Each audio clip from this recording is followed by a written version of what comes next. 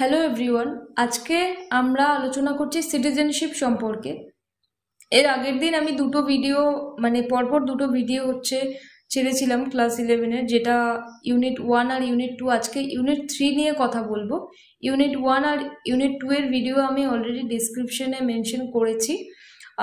তো ইউনিট 3-এ যেটা আছে সিটিজেনশিপ, তার মধ্যে 4টে ভাগ আছে।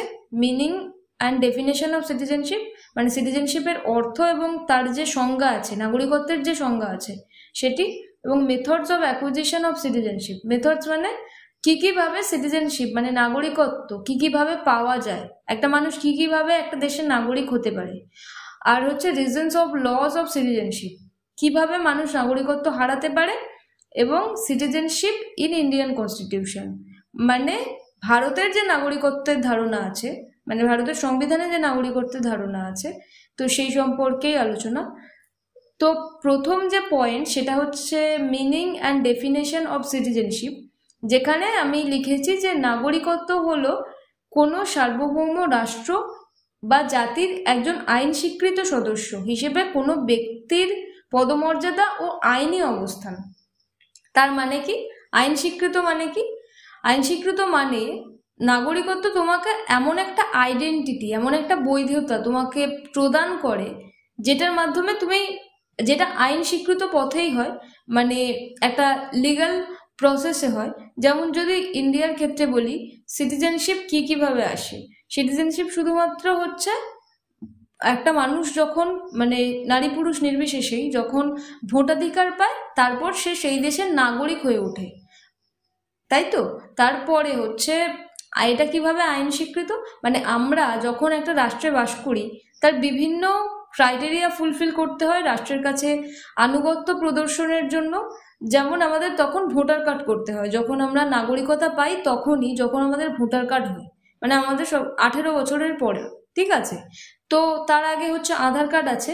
এটা ভারতের নাগরিক হিসেবে নয়, তবে ভারতের যে আইডেন্টিটি, ভারতের যে হচ্ছে বংশোদ্ভূত, তাই জন্য ভারতের জন্য আধার কার্ডটা মানে সব জায়গায় আছে।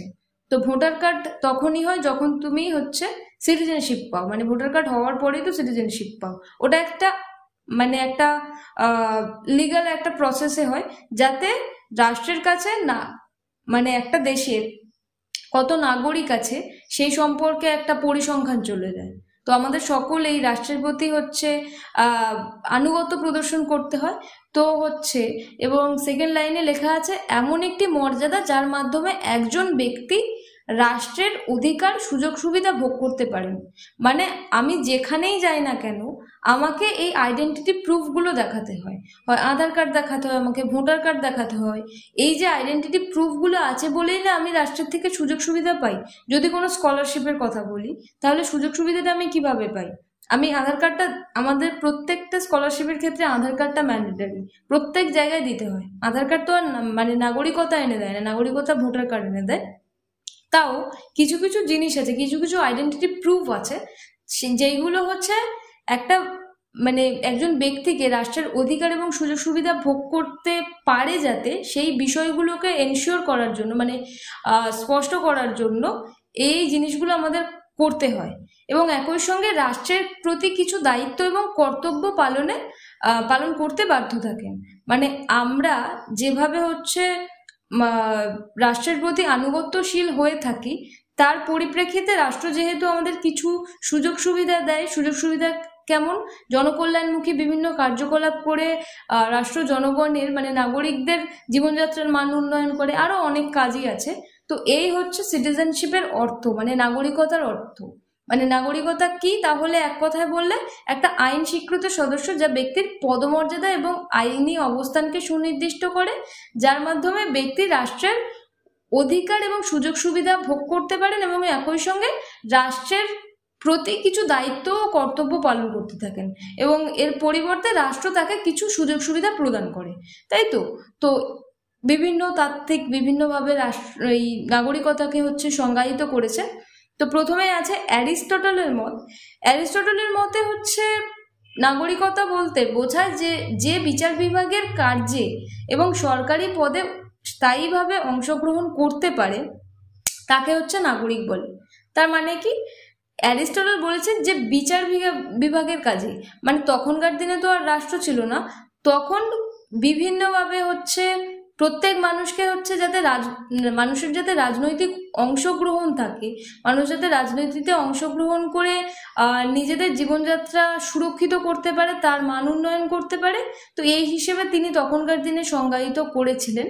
তো বিভিন্ন শুধুমাত্র মানে বলতে চাইছেন যে শুধুমাত্র বসবাস করলেই হয় না, তার নীতি নির্ধারণে অংশগ্রহণ করতে হয়, তার বিচার প্রক্রিয়ায় অংশগ্রহণ করতে হয়। এই সমস্ত উপায়ে একটা মানুষ নাগরিকতা পেতে পারে। তারপর হচ্ছে ল্যাস্কির মতে নাগরিকতা হলো যে ব্যক্তি রাষ্ট্রের সুযোগ সুবিধা গ্রহণ করে এবং রাষ্ট্রের প্রতি আনুগত্য স্বীকার করে তাকেই নাগরিকতা বলে। তার মানে কি, এটা একটা আধুনিক হচ্ছে সংজ্ঞা নাগরিকতার। তার মানে যেখানে আমি একটা ওভারঅল অর্থ বলেছিলাম নাগরিকতা, সেটাই যে ব্যক্তি রাষ্ট্রের সুযোগ সুবিধা তো গ্রহণ করেই, তার পরিবর্তে হচ্ছে রাষ্ট্রের প্রতি আনুগত্য প্রদর্শন করে। আমরা যখন একটি রাষ্ট্রের নাগরিক, একটি দেশের নাগরিক, তখন আমরা নিশ্চয়ই অন্য দেশের প্রতি আনুগত্য প্রদর্শন করব না, একটা রাষ্ট্রের কাছে আনুগত্য প্রদর্শন করব। এবং পরিবর্তে রাষ্ট্র আমাদেরকে কি দেবে, কিছু কিছু ফল হিসেবে হচ্ছে জনকল্যাণমুখী কিছু কাজ দেবে। মানে মানে কিছু কিছু ক্ষেত্রে স্কিম বিভিন্ন বাস্তবায়ন করবে, বিভিন্ন স্কলারশিপ দেবে যাতে ছেলে মেয়েদের শিক্ষার মান উন্নয়ন হয়। এবং আমাদের আরো সর্বশেষে কি দেবে, আমাদের সুরক্ষা দেবে। অন্য দেশের মানুষজন, অন্য রাষ্ট্রের মানে পররাষ্ট্র থেকে যেন কোনো আক্রমণ না আসে, সেই বিষয়টাকেও হচ্ছে এনশিওর করবে কে, রাষ্ট্র। এটা ল্যাস্কি মনে করেন। তো এবার সিটিজেনশিপের যে দ্বিতীয় পয়েন্টটি আছে সেটিতে আসি, মানে methods of acquisition of citizenship, মানে নাগরিকতা অর্জনের কি কি পদ্ধতি আছে সেটা সম্পর্কে। তো নাগরিকতা অর্জনের মূলত দুইটি পদ্ধতি আছে, সেটা হচ্ছে জন্মসূত্রে নাগরিকত্ব আর অনুমোদন সূত্রে নাগরিকত্ব। তো প্রথম পয়েন্টটা নিয়ে আগে আলোচনা করি। তো প্রথম পয়েন্টটা হচ্ছে জন্মসূত্রে নাগরিকত্ব। যখন কোনো ব্যক্তি একটি নির্দিষ্ট ভূখণ্ডে জন্মগ্রহণ করে বা কোনো নির্দিষ্ট ভূখণ্ডে জন্মগ্রহণ না করলেও যদি পিতামাতার নাগরিকত্ব হিসেবে সে নাগরিকত্ব পায়, তখন সেটাকে জন্মসূত্রে নাগরিকত্ব বলে। ঠিক আছে, এই নীতিতে হচ্ছে দুইটো ভাগে ভাগ করা হয়, মানে নাগরিকতা অর্জনের যে পদ্ধতি আছে সেই পদ্ধতির যে প্রথম পয়েন্ট জন্মসূত্রে নাগরিকত্ব, সেটার আবার দুটো ভাগ আছে। জন্মসূত্র নীতি মানে হচ্ছে জাস স্যাঙ্গুইনিস, আর হচ্ছে জন্মস্থান নীতি মানে জাস সোলি। তো এবার ওই যে দুটো পয়েন্ট আছে সেটা নিয়ে বিশ্লেষণ করি। তো প্রথম আছে জন্মনীতি মানে জাস স্যাঙ্গুইনিস। ঠিক আছে, তো এই নীতিতে সন্তানের নাগরিকত্ব নির্ধারিত হয় তার পিতামাতার নাগরিকতার উপর ভিত্তি করে। তার মানে সন্তান যেখানেই জন্মগ্রহণ করুক না কেন, পিতামাতার নাগরিকত্ব যে দেশে আছে সেই দেশের নাগরিকত্ব অনুসারে হচ্ছে সন্তানের নাগরিকতা নির্ধারিত হবে। মানে পিতামাতা যদি জন্মগ্রহণ করে ইন্ডিয়াতে আর সন্তান যদি জন্মগ্রহণ করে বাংলাদেশে, তাহলে তার যে নাগরিকত্ব সেটা ইন্ডিয়ান নাগরিকত্বই পাবে, মানে ইন্ডিয়ান সিটিজেনশিপই পাবে। পিতামাতা যদি ইন্ডিয়ান সিটিজেনশিপ আগে থেকে পেয়ে থাকে, তাহলে সেই সন্তান হচ্ছে ইন্ডিয়ান সিটিজেনশিপই পাবে, সে যেখানেই জন্মগ্রহণ করুক না কেন। ঠিক আছে, এটা হচ্ছে জন্মনীতি। অর্থাৎ মানে এই সমস্ত জিনিসগুলো মানে জন্মনীতি অনুসারে এই সমস্ত জিনিসগুলো বৈবাহিক সম্পর্ক, রক্তের বন্ধন ইত্যাদির উপর ভিত্তি করে গড়ে ওঠে। ঠিক আছে, তো নাগরিক যেখানেই জন্মগ্রহণ করুক না, তার রক্তের সম্পর্কের উপর ভিত্তি করে এই যে নাগরিকতাটি মানে জন্মনীতি বা জাস স্যাঙ্গুইনিস এটা গড়ে ওঠে। এই কথায় একটাই বোঝা যায় যে এই নীতি অনুসারে পিতামাতার নাগরিকত্বই হচ্ছে সন্তানের নাগরিকত্ব। এরপরে পরবর্তী যে ভাগটি আছে সেটা হচ্ছে জন্মস্থান নীতি। এর অর্থ হচ্ছে এই যে নীতিটি আছে, এখানে জন্মস্থান কথাটা উল্লেখিত আছে, মানে যে স্থানে সন্তান জন্মগ্রহণ করবে, পিতামাতা যে দেশেরই নাগরিক হোক না কেন, যে স্থানটায় সন্তান জন্মগ্রহণ করবে সেই স্থান মানে সেই দেশের নাগরিকত্ব, সেই দেশের নাগরিকত্ব পাবে। তার মানে হচ্ছে যদি কোনো সন্তান ইন্ডিয়াতে, ওই যেটাই আবার বললাম যে কোনো পিতামাতা যদি ইন্ডিয়ান সিটিজেনশিপ রাখে এবং তাদের সন্তান বা সন্ততি হচ্ছে বাংলাদেশে জন্মগ্রহণ করে, তাহলে তারা বাংলাদেশের সিটিজেনশিপ পাবে। এটা হচ্ছে জন্মস্থান নীতি, কারণ সে বাংলাদেশে জন্মেছে তাই সে বাংলাদেশের নাগরিকত্ব পাবে। এর উদাহরণটা এরকম। আর জন্মনীতি অনুসারে সে যেখানেই জন্মাক না কেন তার রক্তের বন্ধন অনুসারে তার পিতামাতা যদি অন্য জায়গায় জন্মগ্রহণ করে থাকে, মানে অন্য জায়গায় জন্মগ্রহণ বলছি, পিতামাতা যদি অন্য জায়গায় নাগরিকত্ব নিয়ে থাকে তাহলে সেই দেশের নাগরিকত্ব অনুসারে গড়ে উঠবে। এই দুটো মনে রাখার একমাত্র উপায় হচ্ছে জন্মনীতি আর জন্মস্থান নীতি। মানে জন্মনীতি অনুসারে যেখানে জন্মেছে সেটা রক্তের সম্পর্কের উপর ভিত্তি করে, আর জন্মস্থান মানে হচ্ছে যে স্থানে জন্মেছে সেই স্থানের নাগরিকত্ব অর্জন করতে পারবে। ঠিক আছে, এর পরেরটি হচ্ছে মানে যে নাগরিকতা অর্জনের দুটো পয়েন্ট ছিল, সেকেন্ড পয়েন্টটি হচ্ছে অনুমোদন সূত্রে নাগরিকত্ব। এই পদ্ধতিতে মূলত হচ্ছে কিছু শর্ত দেওয়া হয় নাগরিকত্ব অর্জন করার জন্য। সাধারণত সেই সব শর্তের উপর ভিত্তি করে একটি মানুষ বা একটি ছেলে বা মেয়ে হচ্ছে নাগরিকতা পেতে পারে। ঠিক আছে, তো এই অনুমোদনগুলো কি কি আছে? এই অনুমোদনগুলোর প্রথমেই আছে হচ্ছে সেই দেশের নাগরিককে বিয়ে করা। যদি একজন নাগরিক হতে চায় কোনো দেশের, তাহলে সেই দেশে যদি না সে নাগরিকতা পেয়ে থাকে সেই দেশের নাগরিককে বিয়ে করতে হবে, তারপরে সে হচ্ছে নাগরিকতা পেয়ে যাবে। সরকারি চাকরি করা, সততার প্রমাণ দেওয়া, সেই দেশের ভাষা জানা, সম্পত্তি ক্রয় করা, দীর্ঘদিন বসবাস করা, মানে কিছু ক্রাইটেরিয়া থাকে। দীর্ঘদিন বসবাস করা মানে হচ্ছে মানে একটা টাইমের পরে ধরো 10 বা 15 বছর বসবাস করছে, তখন আস্তে আস্তে সেই দেশের নাগরিকতা পেয়ে যাবে।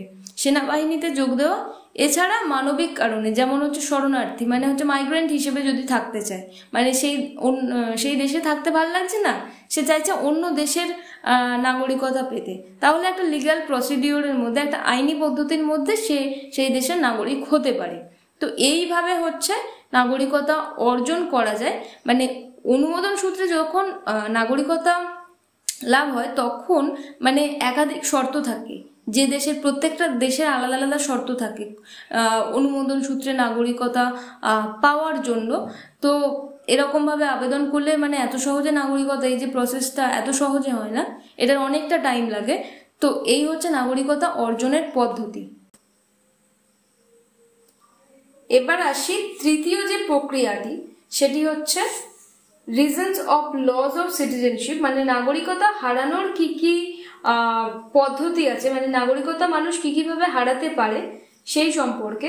তো ভারতীয় নাগরিকতা হারানোর জন্য 3টে পদ্ধতি আছে: ত্যাগ, সমাপ্তি আর বঞ্চনা। প্রথমে ত্যাগ নিয়ে আলোচনা করি।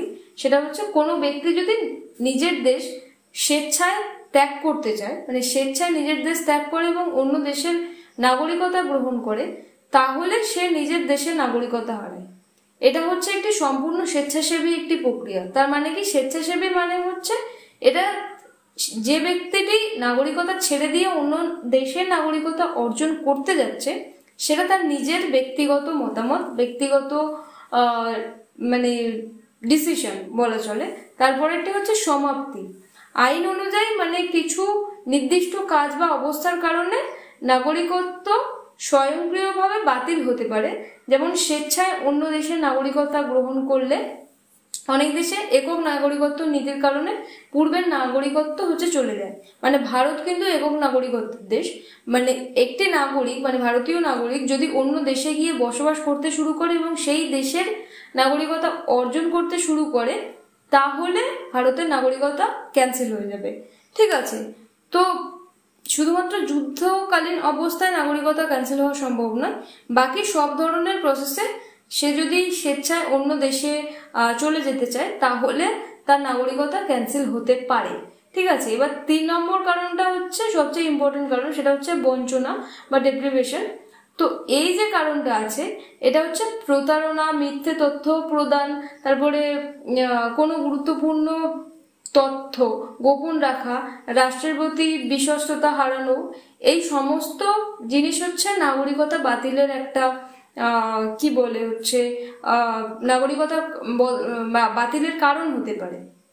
তার মানে কি, এই যে বঞ্চিত বা বঞ্চনা, এই মানে যদি দেশীয়করণ বা রেজিস্ট্রেশন পদ্ধতির মাধ্যমে যারা মানে ভারতের নাগরিকতা অর্জন করেছেন তারা কিছু কিছু পদ্ধতি আছে, যেমন ভারত সরকার কতগুলো নীতি দিয়েছেন যেগুলোর মাধ্যমে ভারতীয় নাগরিকতার অবসান ঘটতে পারে বা একজন মানুষ নিজের নাগরিকতা লস করতে পারে। তার প্রথম কারণ হচ্ছে যে অসৎ উপায়ে ভারতের নাগরিকতা অর্জন। অসৎ উপায় মানে হচ্ছে ইলিগাল ভাবে, কোনোভাবে সেখানে আইনি জটিলতার মধ্য দিয়ে, মানে বেআইনি ভাবে সে হচ্ছে নাগরিকতা অর্জন করেছে।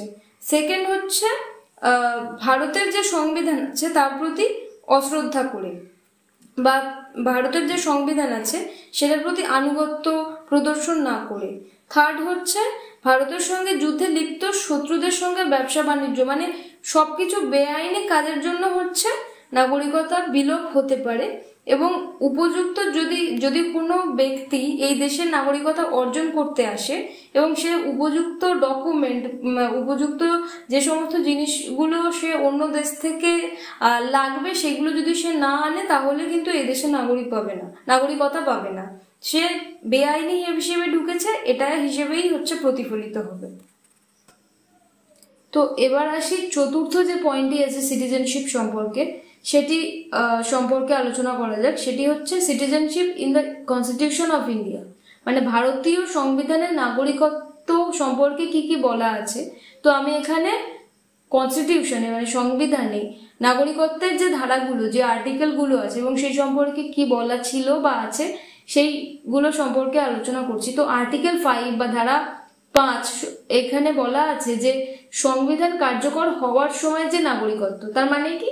তার মানে হচ্ছে ভারত নাগরিকত্বের যে অধিকার সেটা প্রমাণ করে যখন ভারতের স্বাধীনতার টাইমে, মানে 1947-এর সময় যারা ভারতীয় ভূখণ্ডে জন্মগ্রহণ করেছে এবং অধিবাসন করে এসেছে, মানে স্বাধীনতার সময় ভারতে বাস করছিল, তারা হচ্ছে ভারতের নাগরিক হিসেবে গণ্য হবে।